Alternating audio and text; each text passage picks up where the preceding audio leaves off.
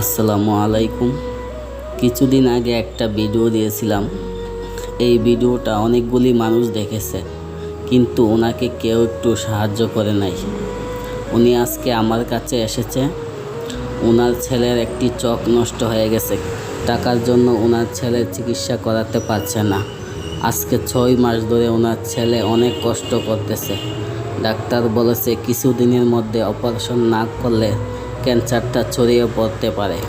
উনিও অনেক অসুস্থ, কাজ করতে পারে না। একটি মসজিদে ইমামতি করে 5,000 টাকা বেতনে। এই 5,000 টাকা দিয়ে ওনার সংসারই চলে না। বাচ্চার চিকিৎসা কিভাবে করবে? ওনার পরিবারটা অনেক কষ্টে আছে। আপনারা একটু সহযোগিতার হাত বাড়ান।